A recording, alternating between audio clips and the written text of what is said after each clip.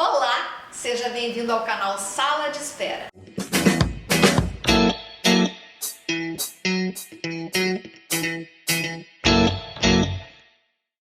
Hoje eu vou conversar com a doutora Adriana Zortica, que é médica oftalmologista formada pela PUC do Rio Grande do Sul e fez oftalmologia no Hospital Brigadeiro, lá em São Paulo, e também fez fellow na USP.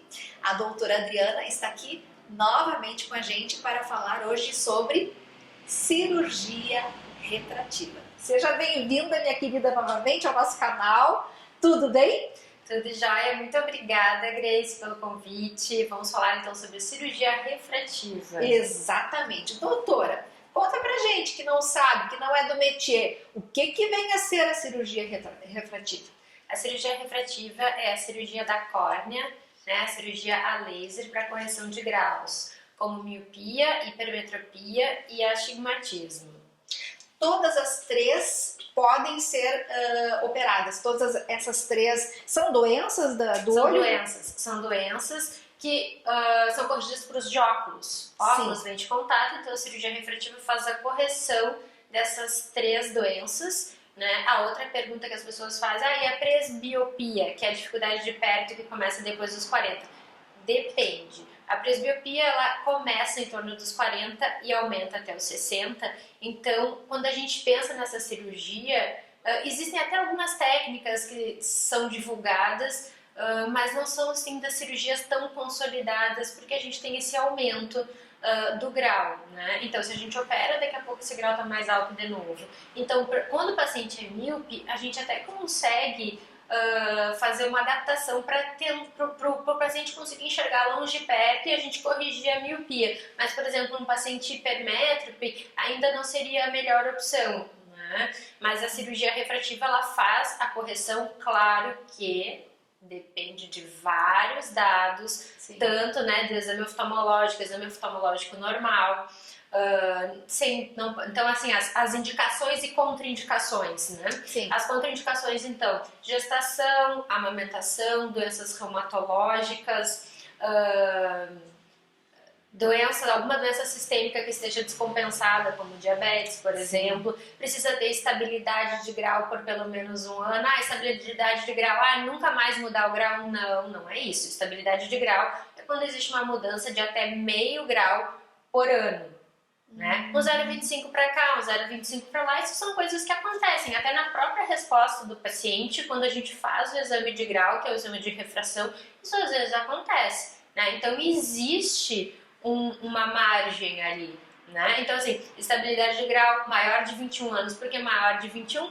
Porque até os 21 a gente considera que a gente ainda está com aquela mudança de crescimento, né? Então até os 21 existe uma chance de mudança de grau. E depois disso a gente observa a questão de estabilidade. Então, uma paciente, por exemplo, com 20 graus de miopia vai conseguir fazer uma cirurgia laser na córnea? É muito difícil, né? Para não dizer não, é muito difícil, porque a gente precisa, além de tudo isso, ter uma espessura da córnea. A córnea é esse nosso vidrinho de relógio que fica na frente aqui da nossa parte colorida do olho, no meu caso do azulzinho ali, que é a íris, né? Então isso tem uma grossura, que a gente já nasce com essa grossura. E a cirurgia refrativa laser, ela desgasta, ela desbasta essa córnea. Só que a gente tem que respeitar o limite de segurança para a gente dar uma qualidade visual boa para o paciente. A gente não pode simplesmente dissecar, desbastar. Então, nem todo mundo tem essa córnea tão grossa que a gente possa fazer essa cirurgia com a correção, por exemplo, de 100% do grau. O objetivo da cirurgia é 100%, mas a gente precisa ter espessura da córnea suficiente para a gente poder desbastar. E pode operar dois problemas em uma mesma cirurgia? Por exemplo, se eu tiver miopia e astigmatismo? Pode. E funciona daí? Funciona, pode ter hipermetropia com astigmatismo, miopia com astigmatismo. Claro que tem que ver a estrutura da córnea. A gente sempre recai na mesma questão. tem que ver como é que é a topografia da córnea, como que é essa curvatura, se ela não é muito plana ou muito bicuda, que daí a gente já cai numa outra doença chamada ceratocone, ou ver se ela tem alguma outra alteração estrutural, ou às vezes até alguma doença genética. Então, assim, o pré-operatório da cirurgia refrativa é muito importante para a gente poder descartar todas essas contraindicações que podem levar a problemas maiores ainda no futuro. Então eu acho que assim, se é para falar assim, uma dica sobre a cirurgia refrativa, fazer o pré-operatório bem feito, fazer os exames com calma, porque isso são resultados fundamentais que a gente vai usar no dia da cirurgia, porque daí todo mundo fala, a cirurgia é rápida. Sim, a cirurgia é muito rápida, de centro cirúrgico. Quanto tempo mais ou menos? Em 5 minutos, dependendo do paciente, por olho, a gente consegue, de fato, assim, fazer a cirurgia. Claro, o paciente chega, né, tem toda aquela questão que é feita no centro cirúrgico, né? Claro. Mas a cirurgia em si é muito rápida. Mas o pré-operatório precisa ser muito bem feito para o resultado da cirurgia ficar muito bom, para o paciente ser bem indicado, porque não é querer é poder, não. Claro. Tem que poder fazer a cirurgia. Muitos pacientes querem indicação, e não podem. Ou por alteração de estrutura de córnea, ou por córnea muito fina, que é uma coisa bem frequente, córnea fina. Então, daí, de repente, fica a saída naqueles pacientes com córnea mais fina, que não podem operar míopes. A gente recai na ortoceratologia, que é a lente de uso noturno. Então, assim, às vezes o paciente chega no consultório com um objetivo, ele não tem aquele perfil, não vai ficar com um resultado bom, ou tem alguma outra doença que não impossibilite o paciente de fazer aquela técnica, a gente tem que ter alguma outra saída para o paciente, né? Então acaba muitas vezes acontecendo isso.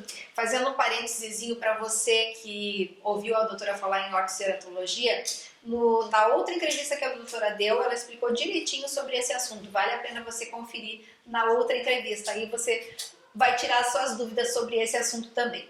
Mas, doutora Adriana, com relação ao verão, está chegando o verão, e assim, a gente precisaria se programar por quanto tempo para eu estar bem depois de uma cirurgia, quanto tempo eu tenho que ficar, enfim, impossibilitada de fazer as minhas funções, as minhas tarefas, faz um olho só, faz os 2 olhos. Como é que funciona este planejamento para a cirurgia?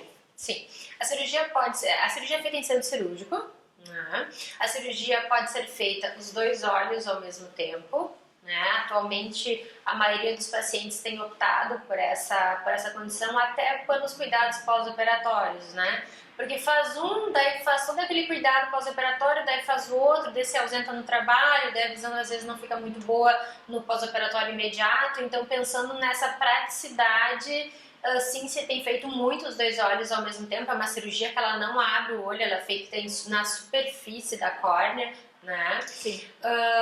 Quanto tempo pensando no verão? Então, após a cirurgia, depende da técnica, né, indicada para cada caso, mas de uma maneira geral, assim, questão de 7, 10 dias, o paciente está apto para fazer suas atividades. 2, 3 dias depois, se já estiver confortável, pode acessar celular, computador, fazer um home office, dependendo da profissão. Que maravilha, né? Sim, mas, por exemplo, assim, eu pratico natação ou eu surfo, né? Então, são 30 dias, né, que normalmente se recomenda de se evitar esportes aquáticos, né? Sim. 30 dias com cuidado bem importante com o sol, né? Eu sempre usar óculos de sol com proteção UVA, UVB o tempo todo, cuidar um pouquinho mais, a gente está perto do verão, né?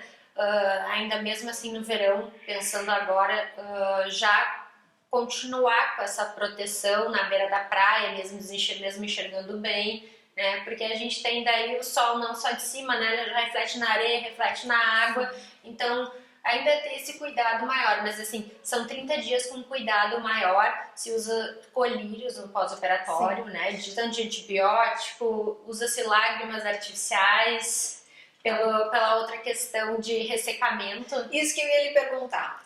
Alguns pacientes que a gente conversa, né, relatam que fizeram a cirurgia, enfim, e que depois ficaram com o olho ressecado E isso é uma coisa que acontece sempre, doutora? Sempre. A cirurgia refrativa, ela, como ela altera a superfície da córnea, consequentemente ela altera as terminações nervosas e é justamente por isso que ocorre essa sensação de ressecamento ocular. Ela é mais importante no primeiro mês, nos primeiros dias muito mais, e isso vai paulatinamente diminuindo até o ponto que o paciente chega no consultório e te pergunta quantas vezes está usando colírio. Quando eu lembro. Então, quando tá no ponto quando eu lembro, tá tudo bem. A visão tá boa, o ressecamento passou. Essa questão assim, primeiro mês realmente o paciente pinga mais colírio, até pelos cuidados, né, que se tem quando é um pós-operatório muito recente. E depois, com o passar dos dias, vai diminuindo os colírios e daqui a pouco ele vai usar só quando for no oftalmo de e está pingando. Mas que maravilha, né, gente? A coisa toda da tecnologia é encantadora, né, doutora? Com certeza. Que Vem para nos auxiliar, né? Muito, muito. E quem quiser fazer uma consulta com você, pode acessar um site, tu quer deixar um telefone para as pessoas que queiram, enfim, entrar em contato? Pode entrar em contato até pelo meu Instagram, doutora Adriana Zortica.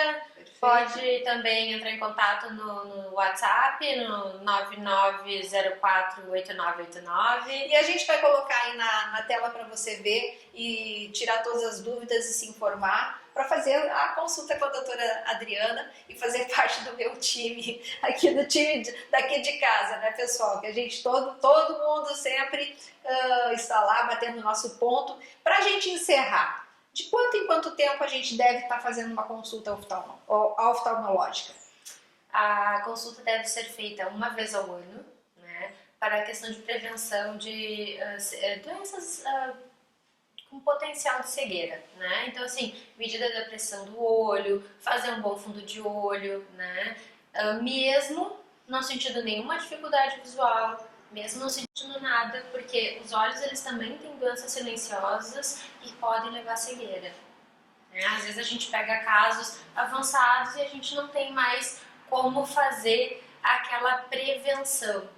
Já está convidada para vir falar sobre esse assunto em uma próxima ocasião. Ok, doutora? Já, muito obrigada. Então tá bom. Muito obrigada a você que esteve conosco aqui no canal Sala de Espera. Não se esqueça, se inscreva e acione o sininho para que você possa estar aqui compartilhando de tantas informações relevantes que a gente vai trazer para você. Muito obrigada, doutora, mais uma vez. Agradeço, Grace. Até mais. Beijo.